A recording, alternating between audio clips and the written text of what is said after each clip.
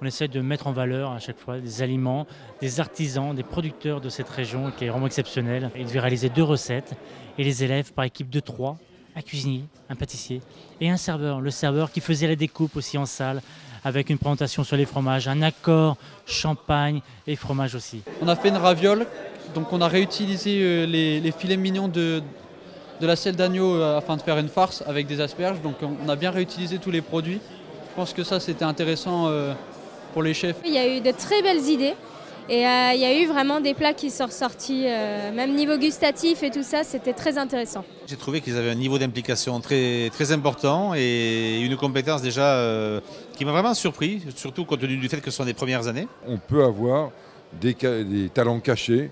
Et dans ces épreuves-là, souvent on en découvre. En dehors du champagne, nous avons des atouts phénoménaux, des cultures particulières, un petit peu des niches market qu'il faut mettre en avant. Et c'est tout le travail de Philippe Mille et des jurys qui étaient présents aussi, puisqu'on peut on peut retrouver ces produits ailleurs, mais surtout des établissements, donc lycées et CFA.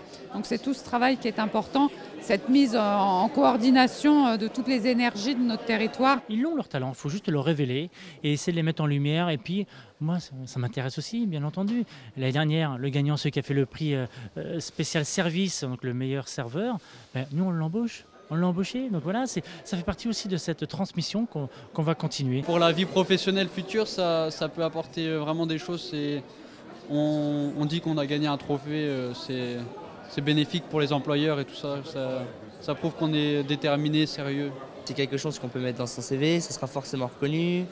Ça donne envie de partir plus haut, c'est forcément bénéfique, oui, c'est sûr et certain. Et justement, les métiers de la salle, ils sont en plein développement. On recherche de plus en plus de jeunes pour ce genre de métier. Alors c'est ça à prendre en compte aussi pour la prochaine fois.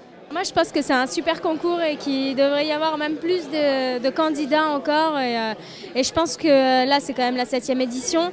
Ça va faire qu'augmenter en niveau et il faut faire connaître ce concours. On n'a pas vraiment pléthore de trophées en France. Je pense que ça ne peut qu'aguerrir un nombre croissant.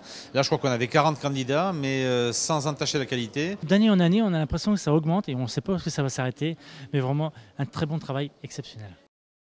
Invest in Orange.